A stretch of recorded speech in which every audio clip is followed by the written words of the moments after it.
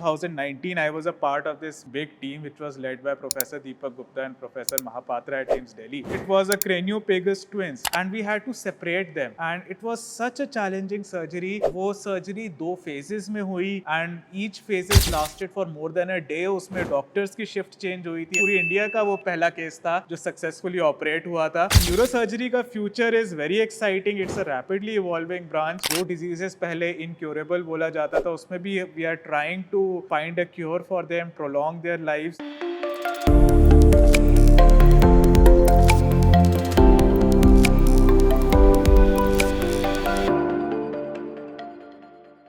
नमस्कार, मैं ऋत्विक महाजन आपका स्वागत करता हूं towards health sponsored by Nimbark organics में।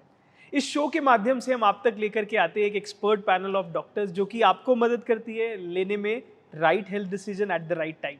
इसी मुहिम में आज हमारे साथ जुड़ने जा रहे हैं डॉक्टर शौर्या दरबारी जी, जो कि एक न्यूरोसर्जन है एट एम्स जम्मू। डॉक्टर साहब, आपका बहुत बहुत स्वागत है हमारे शो में। डॉक्टर साहब, सबसे पहले मैं पूछना चाहूँगा, यूजुअली क्या रहता है, दौड़ लगी रहती है कि एक न्यूरोसर्जन के पास जाना चाहिए न्यूरो प्रॉब्लम को दिखाने के लिए या न्यूरोलॉजिस्ट के पास, तो क्या डिफरेंस है एक न्यूरोलॉजिस्ट की वर्किंग में और एक न्यूरोसर्जन की वर्किंग में? उसी में ही नाम में ही है कि वी यूजली हम जो ट्रीट करते हैं न्यूरोलॉजिकल डिजीजेस वो सर्जरी के माध्यम से ट्रीट करते हैं एंड न्यूरोलॉजिस्ट एक मेडिकेशन के साथ। लेकिन डिजीजेस में भी we usually function as a team. तो ऐसा होता है जैसे कई डिजीजेस होती है like stroke, epilepsy, movement disorders, उसमें दोनों का चाहिए एक्सपर्टीज़ चाहिए होती है इस चीज़ में।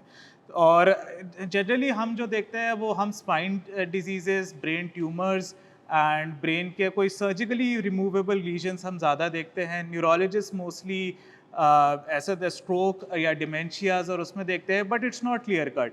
कई बार उनको हमारी एक्सपर्टीज़ की ज़रूरत होती है और हमें उनकी एक्सपर्टीज़ की ज़रूरत होती है। तो आप बस मेन यही है कि आप किसी भी डॉक्टर को दिखाइए, they will be knowing enough कि किसके पास भेजना है, न्यूरोसर्जन के पास भेजना है या न्यूरोलॉजिस्ट के पास भेजना है।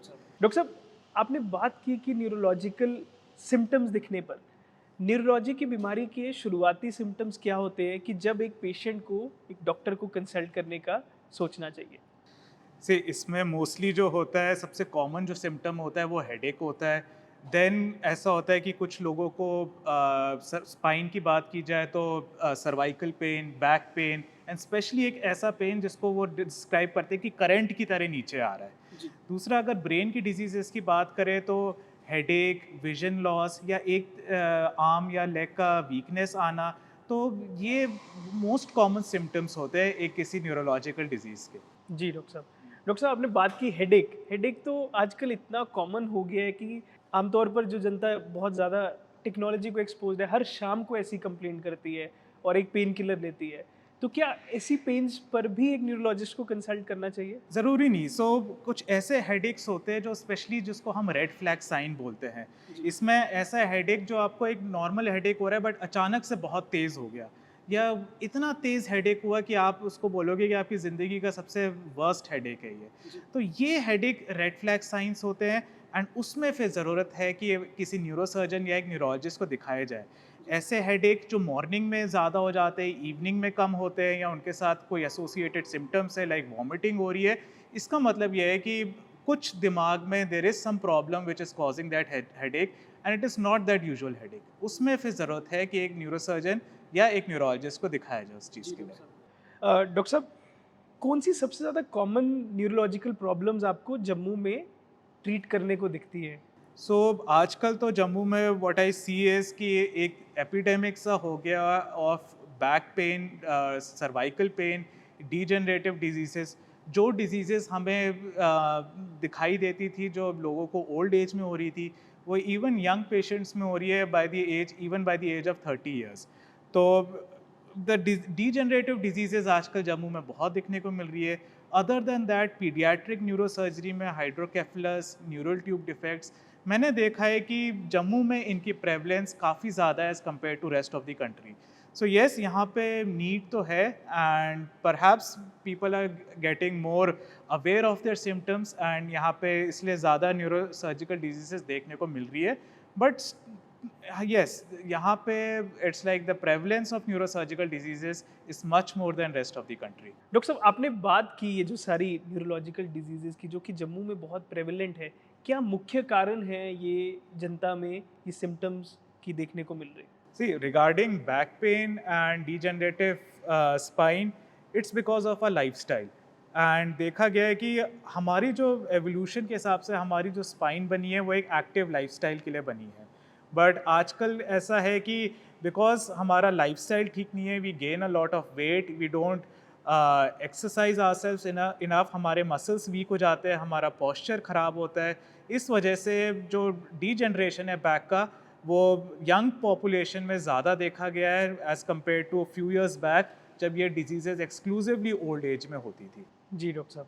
डॉक्टर साहब, एक और बीमारी का नाम जो बहुत कॉमनली सुनने को मिलता है वो है मिर्गी का दौरा, जिसे एपिलेप्सी भी कहा जाता है. एपिलेप्सी के बारे में अगर आप हमारे दर्शकों को थोड़ा बताएं, किस तरह का ट्रीटमेंट इसमें दिया जाता है और क्या एपिलेप्सी क्योरेबल है? पहले हमें समझना होगा एपिलेप्सी होती क्यों है. उसमें क्या होता है, एक दिमाग का छोटा सा एरिया होता है जिसमें एक तरीके से करंट सेल्फ जनरेट होता रहता है एंड वो फिर पूरे दिमाग में फैल जाता है वेव्स की तरह. तो इसलिए फिर एक मिर्गी का दौरा आता है.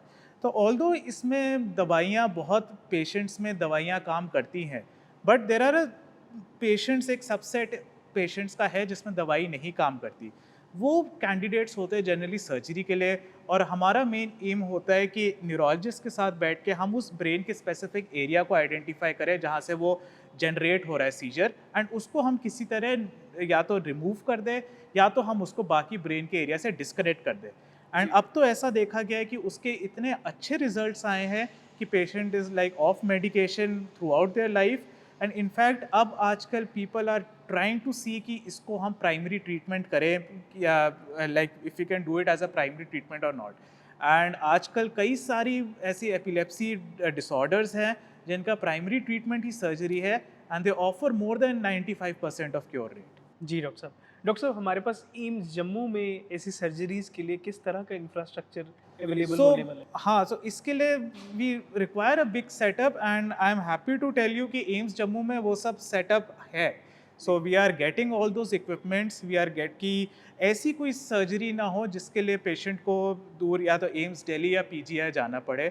सो वी आर ट्राइंग कि हमारी जितनी भी सर्जरीज जो इन टर्शरी केयर सेंटर्स में होती है वो सारी एम्स जम्मू में ही हो. So we have all the latest equipments which are on the way, and उसके बाद से so that we can have the safest neuro surgery possible, and वो एम्स जम्मू में भी हो सके. जी डॉक्टर साहब.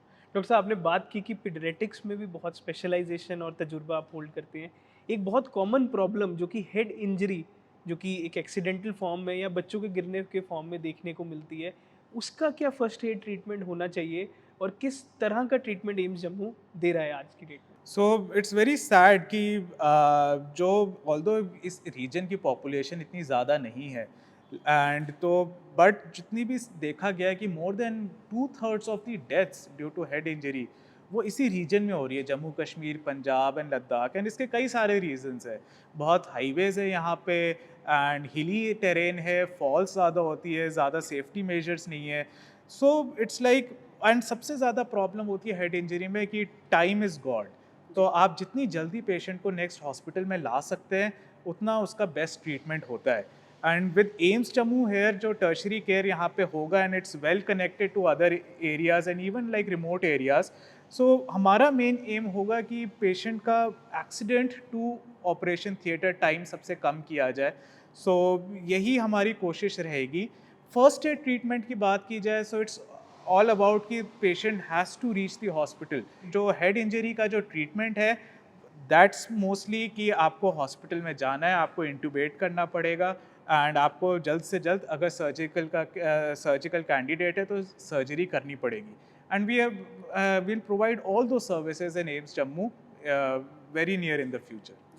डॉक्टर साहब, आपके तजुर्बे में कोई ऐसा एक्सपीरियंस आप अपने हमारे दर्शकों के साथ शेयर करना चाहें जिसमें राइट टाइम पर पेशेंट आप तक पहुंचा और उसकी जान बच पाई? सो येस, सो बहुत सारी ऐसी सक्सेस स्टोरीज़ हैं.